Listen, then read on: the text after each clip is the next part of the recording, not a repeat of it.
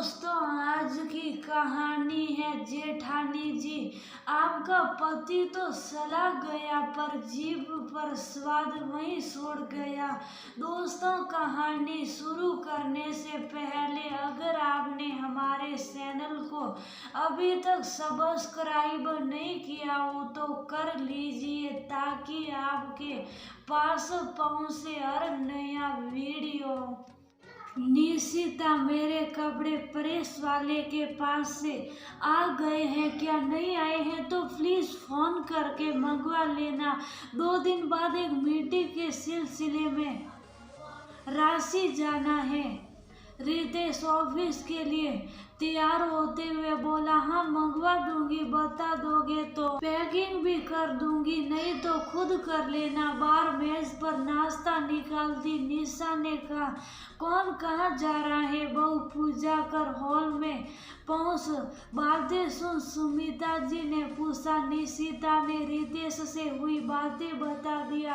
बेटा, तेरी छोटी सासी भी वही रहती है, जा ही रहा है तो मिल आना। घर परिवार का हाल समाचार मिलता रहे तो अच्छा है। सुमिता जी नाश्ते की मेज पर रितेश से बोली, माँ सासी से मिलने जाऊं? कभी नहीं, मुझे आज भी उनकी एक बात याद है, जहन से नहीं निकलती। जब भी बोलती थी लगता जहर रही है। पराठे खाते हुए रितेश ने कहा और हाथ में पकड़ा पराठा उलट पलट कर देखने लगा। याद है माँ, इन पराठों ने तुम्हारी आंखों में कितने आंसू दिए और मुझे कितना जलील। रितेश ने और मुंह में लेते हुए पुरानी बातें याद कर बोला, सब याद है बेटा, पर उन बातों को याद कर रखने का क्या मतलब? कितना समय बीत गया। तब की और अब की हमारी परिस्थितियां भी बदल गई, इसलिए कह रही हूँ जाकर मिल लेना। हो सकता है अब बदल गई हो। वैसे भी हम शादी ब्याह में ही मिलते रहे, वो भी घर पर कभी नहीं जाएगा तो उनके लिए आंद्रसा मिठाई लेते जाना, उनको बहुत पसंद है। सुमिता जी प्यार से बोली। रितेश अपनी माँ को आलस्य से आंखें फाड़ कर देख रहा था। माँ कैसे उन सब बातों को भूलकर आगे बढ़ने को कह रही है, जबकि जिसने ये सब क्या कहा उसे तो शायद कोई पछतावा भी नहीं हुआ हो। खैर, माँ के कहने पर रितेश अपनी सासी के घर मीटिंग खत्म कर मिलने चला गया। सोच कर तो यही गया था। जाते ही राम सलाम कर 5-10 मिनट बैठ माँ के कहे पर मिठाई देकर निकलेगा, पर यहाँ पर जब आया सासी के चेहरे पर उसे देखते जो चमक आई वो बयान करना मुश्किल हो रहा था। अरे रितेश बेटा, आओ आओ, यहाँ कैसे आना हुआ और घर में सब ठीक? प्यार दुलार दिखाते हुए सासी ने कितने ही सवाल कर डाले। रितेश को बैठा कर खुद उसके लिए चाय नाश्ता ले आई। रितेश नाना करता रहा, फिर भी जबरदस्ती बिठाकर बातें करने लगी। सासा तो पहले भी कम बोलते थे, आज भी कम बोल रहे थे, पर रितेश को देख चेहरा उनका भी खिल गया था। भाभी को आज भी याद है, मुझे अनरसा कितना पसंद है, देखो भिजवा दिया, कहते हुए डिब्बे में से निकाल कर अनरसा मुंह में रख लिए। 20 मिनट तक रितेश को लगा ही नहीं ये वही सासा सासी है जो एक समय पर उसकी माँ और उसे कितना जलील कर चुके थे। वो सब याद आते मन कड़वाहट से भर गया और रितेश ने जाने की अनुमति मांग।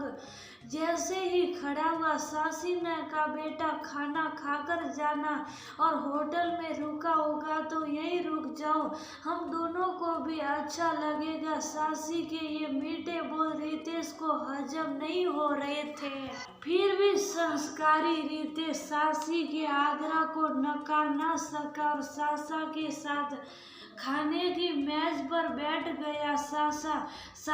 सासी सासा के लिए रोटियां परोस कर लाई और रितेश की थाली में पराठे। सासी मैं रोटी खा लूंगा, पराठे बनाने की जरूरत नहीं है। रितेश पराठे हटाते हुए बोला, अपनी सासी को माफ नहीं करेगा बेटा, आज भी तुम्हें वो पराठे वाली बात याद है? अकल पर पर्दा पड़ा था, मेरे नहीं जानती थी जिनको पराठे खिला रही थी वह तो सगे होकर भी सगे ना रहे, और तुम जिन पराठों के लिए उनकी तरफ ललसाई नजरों से देखते थे, मैं धिक्कार देती थी। बहुत पछतावा होता है बेटा, उस वक्त को याद कर गलाने से भर जाती हूँ। बिन पिता के बच्चे की लाचारी समझना सकी और कहती रही, बड़ा आया पराठे खाने वाला, ये रोटी मिल रहा वही बहुत है। और देखो ना आज सुनीता दीदी का लायक बेटा बनकर उनकी कितनी देखभाल करता है, और मेरे दोनों बेटे अपनी दुनिया में मगन है, माँ बाप से जैसे कोई वास्ता ही नहीं। कहते कहते सासी की आंखें पनीली हो गई। रितेश कुछ ना बोला, पर आज भी उसे उन पराठों में वही तिरस्कार नजर आ रहा था। पर जब सासी की तरफ देखा तो उसे लगा शायद आज पराठों में सासी का प्यार पछतावा बनकर घी में सुपड़ गया हो, क्योंकि सालों पहले की कई बात कहीं ना कहीं धुंधली हो गई थी, और आज सासी को अपने बच्चों से ज्यादा रितेश पर प्यार आ रहा था, जो उनसे मिलने आ पहुंचा था। जब रितेश जाने को हुआ तो सासी रोते हुए बोली, अब कभी आओ तो घर पर रुकना बेटा, अच्छा लगा जो तुम आए। सुमिता दीदी को हमारा प्रणाम कहना, और कहना अपनी छोटी बहन को माफ कर दे। अब उम्र ही कितनी रह गई है, सब इतने दूर हो गए हैं कि मिलना भी नहीं होता। बस अब जब आओ यही आना, या हम है ना।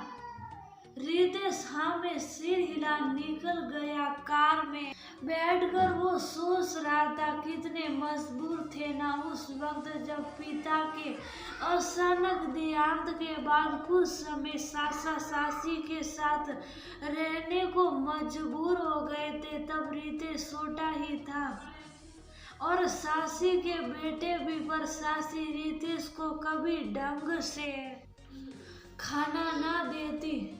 रितेश को पराठे बहुत पसंद थे। जब उसके दोनों भाइयों को पराठे मिलते तो वो भी कह देता, सासी मुझे भी पराठे दीजिए ना, बड़ा आया पराठे खाना वाला, सुबह सब रोटी खा लो, ये घी वाले पराठे मेरे बेटों के लिए हैं।